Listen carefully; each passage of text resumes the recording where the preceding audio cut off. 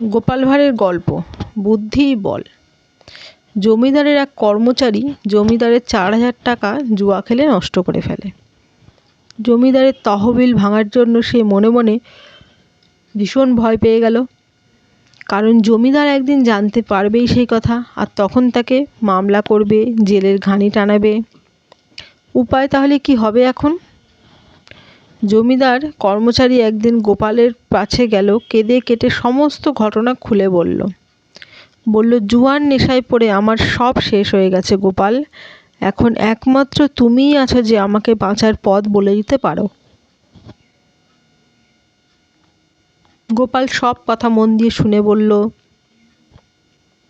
আচ্ছা, তুমি আরও বেশ কিছু টাকা জমিদারের বাড়ি থেকে আনতে পারবে? লোকটি একটু আমতা আমতা করে বলল, তা ভায়া, তুমি যদি বলো তাহলে আমি আরও 4,000 টাকা নিয়ে আসতে পারি। গোপাল বলল, তাহলে ওই টাকা আগে আমাকে এনে দাও, তারপর তোমার সব ব্যবস্থা আমি করে দেব। জমিদারের কর্মচারী কয়েকদিন পরে আরও 4,000 টাকা এনে গোপালের হাতে দিল। গোপাল টাকা হাতে পেয়ে বলল, 4,000-এর মধ্যে 3,000 টাকা আমার কাছে জমা রাখলুম মামলার খরচের জন্য। এই টাকাতেই আমি তোমাকে খালাস করে নিয়ে আসব। বাকি 1,000 টাকার মধ্যে 500 টাকা আমার ফি হিসাবে নিলাম, আর 500 টাকা তুমি তোমার নিজের কাছে রাখো। মামলায় খালাস হলে তোমাকে তো আর জমিদার বাড়িতে কর্মচারী হিসেবে রাখবে না। হঠাৎ করেই তুমি অন্য কোথাও চাকরিও পাবে না।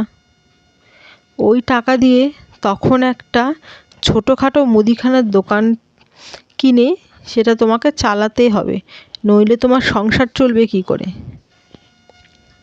তবে এখনই যে এই টাকা থেকে একটি পয়সাও খরচ করে ফেলো না, বুঝলে? কষ্ট করে যে কোনোভাবে চালিয়ে নাও। যাও, তুমি এবার নিশ্চিন্তে হয়ে তোমার বাড়ি ফিরে যাও, সব ব্যবস্থা ঠিক হয়ে যাবে। গোপালের কথা মতো কর্মচারী লোকটি বাড়ি ঠিক ফিরে এলো। গোপাল সরাসরি গিয়ে দেখা করলো জমিদারের সঙ্গে। জমিদারকে বলল, মহাশয়, আপনার এক কর্মচারী এই নামে, সে আপনার তহবিল থেকে প্রায় 8,000 টাকা জুয়ার নেশায় পড়ে খরচ করে ফেলেছে। কোনো উপায়েই সে আপনার টাকা জোগাড় করে তহবিল পূরণ করতে পারবে না। ওর খবর আমি বেশ ভালো করেই জানি। এখন ওর আত্মীয়রা ওকে বাঁচানোর জন্য 1,000 টাকা জোগাড় করে দিতে সক্ষম হবে। আপনি যদি দয়া করে এই 3,000 টাকা নিয়ে ওকে রেহাই দেন তো ভালো হয়। তা না হলে ও জেলে যাওয়া ছাড়া আর কোনো পথ নেই। তবে একে জেলে পাঠালে আপনি তো ওই 3,000 টাকাও পাবেন না, সেটাও আপনার হাতছাড়া হয়ে যাবে, এবং মামলা চালাতে হয়তো আরও 2,000 টাকার মতো আপনার খরচা হয়ে যাবে। আপনার টাকা শোধ করতেও পারবেও না, আপনার টাকাটাও যাবে। জমিদার বাবু গোপালের সব কথা শুনে বললেন, 3,000 টাকা নিয়ে ওই পাজি বদমাশটাকে রেহাই দেওয়াই তাহলে ভালো। তাহলে আমার টাকাটাও বেঁচে যাবে, ওকে রেহাই দেওয়াও হয়ে যাবে, শাস্তি দেওয়াও হয়ে যাবে। গোপাল 1,000 টাকা জমিদার বাবুর হাতে দিয়ে বলল, মহাশয়, এই নিন, ওকে বাঁচানোর জন্য ওর আত্মীয়রা কষ্ট করে জোগাড় করে দিয়েছে। এই নিন মহাশয়, হতভাগাটাকে এবার রেহাই দিন।